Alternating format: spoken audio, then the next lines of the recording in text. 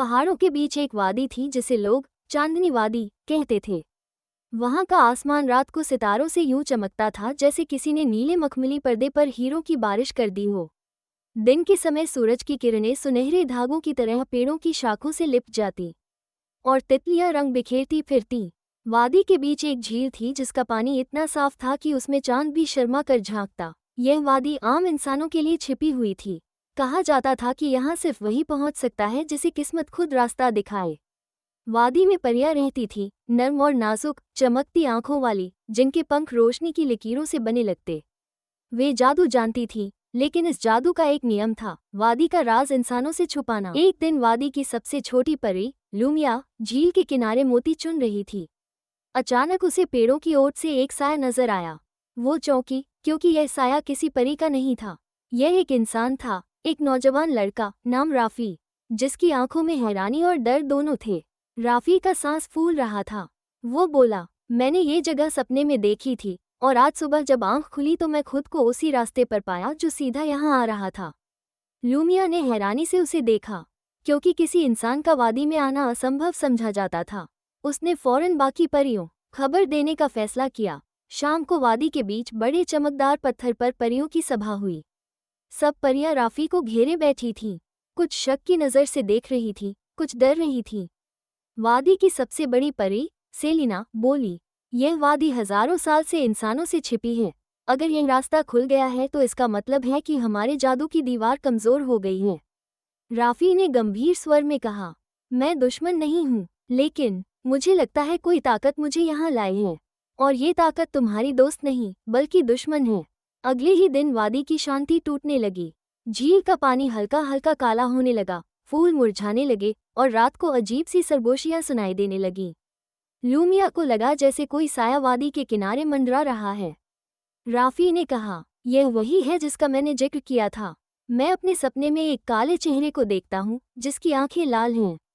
वो बार बार कहता है कि राज खोलो ताकि मैं आज़ाद हो जाऊं। परियां घबरा गईं। सेलिना ने बताया कि सदियों पहले एक जादूगर, जुरकाश, ने वादी पर कब्जा करने की कोशिश की थी। उसे हराकर वादी की सबसे गहरी गुफा में कैद कर दिया गया था और उस कैद पर जादुई मुहर लगा दी गई थी। लेकिन अगर वो मुहर टूट गई तो वादी और दुनिया दोनों खतरे में पड़ जाएंगे। सेलिना ने फैसला किया कि वादी को बचाने के लिए एक सफ़र करना होगा, ऐसा सफ़र जो झील के नीचे से गुजरकर फूलों का किला तक जाए जहां प्राचीन जादू की किताब रखी है। सिर्फ उस किताब से वे मुहर को मजबूत कर सकती हैं। लेकिन मुश्किल ये थी कि रोशनी की नदी जहां पानी नहीं बल्कि रोशनी बहती है, और एक गलत कदम इंसान को हमेशा के लिए रोशनी में कैद कर देता है।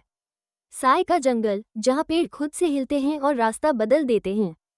समय का दरवाज़ा जहां एक पल बाहर की दुनिया में 100 साल के बराबर हो सकता है। लूमिया, राफी और 2 और परियां इस सफ़र के लिए चुनी गईं। वे पहले चरण तक पहुँचे। नदी चमक रही थी जैसे हजारों सूरज की रोशनी इकट्ठी हो गई हो। यहाँ कदम रखने के लिए सच्चाई का वचन देना पड़ता था। जो झूठ बोलता, रोशनी उसे अपने अंदर खींच लेती।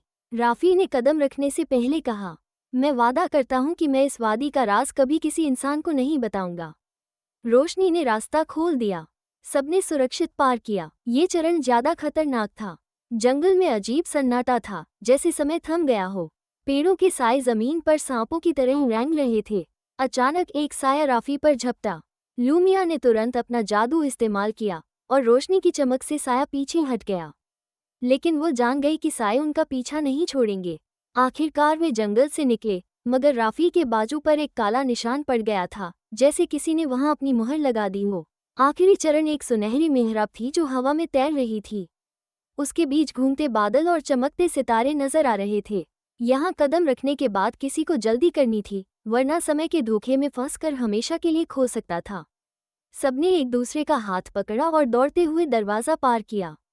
जैसे ही वे गुजरे, सामने एक चमकता किला था, फूलों का किला। किले के अंदर हजारों रंगों के फूल थे, जिनकी खुशबू इंसान को मदहोश कर देती। बीच में सुनहरे सिंहासन पर एक किताब रखी थी। लेकिन जैसे ही वे किताब के पास पहुंचे, किले की फिजा में एक गहरी आवाज़ गूंजी, किताब लेने के लिए कुर्बानी देनी होगी। सेलिना ने बताया कि कुर्बानी का मतलब है किसी एक का यहाँ रह जाना, हमेशा के लिए। सब चुप हो गए। राफी ने आगे बढ़कर कहा, यह वादी तुम्हारी है, तुम्हारी दुनिया है। मैं एक इंसान हूँ, मेरा यहाँ कोई हक नहीं, मैं रह जाऊंगा। लूमिया की आंखों में आंसू आ गए, लेकिन राफी मुस्कुराया और बोला, शायद इसीलिए किस्मत ने मुझे यहाँ भेजा था। किताब हाथ में आते ही बाकी सब वापस वादी की ओर दौड़े। सेलिना ने मुहर को फिर से मजबूत कर दिया। झील का पानी नीला हो गया, फूल फिर से खिल उठे। लेकिन रात को लूमिया ने सपने में राफी को देखा, जो फूलों के किले में बैठा था। उसकी आंखें अब हल्की सुनहरी रोशनी में चमक रही थीं। उसने कहा, मैं किले का रक्षक बन गया हूँ। लेकिन सुनो, ये कहानी खत्म नहीं हुई। ज़ुरकाश अब भी जाग रहा है। वादी फिर से शांत हो गई, मगर लूमिया जानती थी कि यह सुकून अस्थायी है, और कहीं न कहीं साए अब भी हरकत कर रहे थे।